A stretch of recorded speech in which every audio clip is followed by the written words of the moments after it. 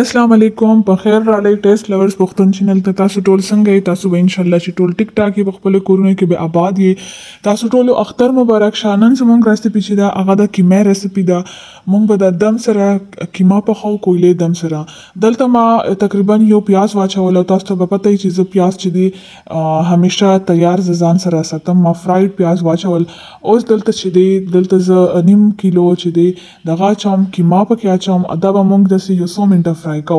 2 چمچې د اوګه او د ادرک او د سرو مرچو پیسټ چې دی هغه به پکې واچوم دا به مونږ د سیمش کو د کیما چې ټوله دانیدار شي چې دانیدار په خشي سٹارټ کې تاسو خیال کوئ چې کیما تاسو پخوي نو تاسو لږ داسې مکس کوئ چې دا دانیدار په خشي اوس دلته چې دی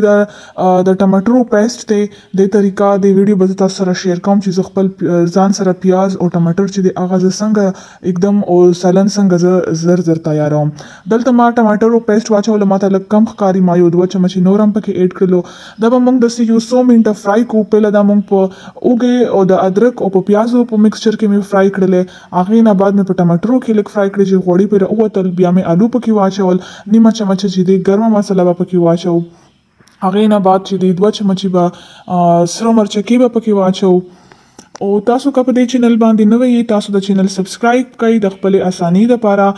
چې دا تاسو د پاره ز ریسیپیز په پښتو کې جوړوم دلته مالک شانتي یو چمچه سلن مسالام پکې واچول او نیمه چمچه چې دی ما د هلدی پاوډر هم پکې واچول یعنی کې کورکمن مې پکې واچول د اغي پاوډر مې پکې واچول اوس دلته چې دی مونږ به فورن چې دی او به پکې اډ کوو ځکه چې فرای خو مونږ د خمزدار کړل یو کپ او تاسو پکې واچوي تاسو دا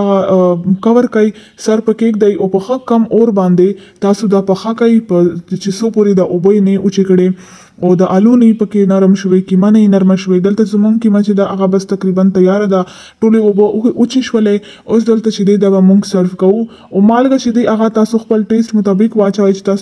تاسو څومره مالګه څومره ټیسټ خوند درکوي هغه امر تاسو پکې واچوئ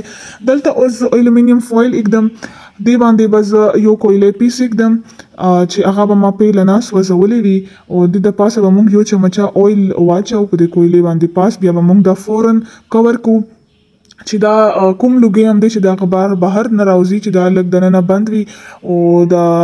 ټیسټ چې دی د پکې مې باندې دغه شي ټو مکس شي مزیدار نو دغه چې دی د دې فائدہ دا دی چې دا ډیر مزیدار ټیسټ ورکوي د کویلې دم چې دی نو دا تاسو ضرور ټرای کړئ تاسو په چکن کې یا په کیمې کې په داسې ډیر زیات ډیشز دي چې په هغه کې دا د کویلې دم چې دی دا خه مزیدار ښکاري ټیسټ ډیر زیات ښایسته وي نو دلته زمونږ کیما چې دا هغه بس تقریبا تیار ده او دلته سرو کوم او تاسو کا په دې چینل باندې نوې نو تاسو بیا یو پیرا ریمایندر در کوم چې تاسو د خپل ارسانی لپاره خپل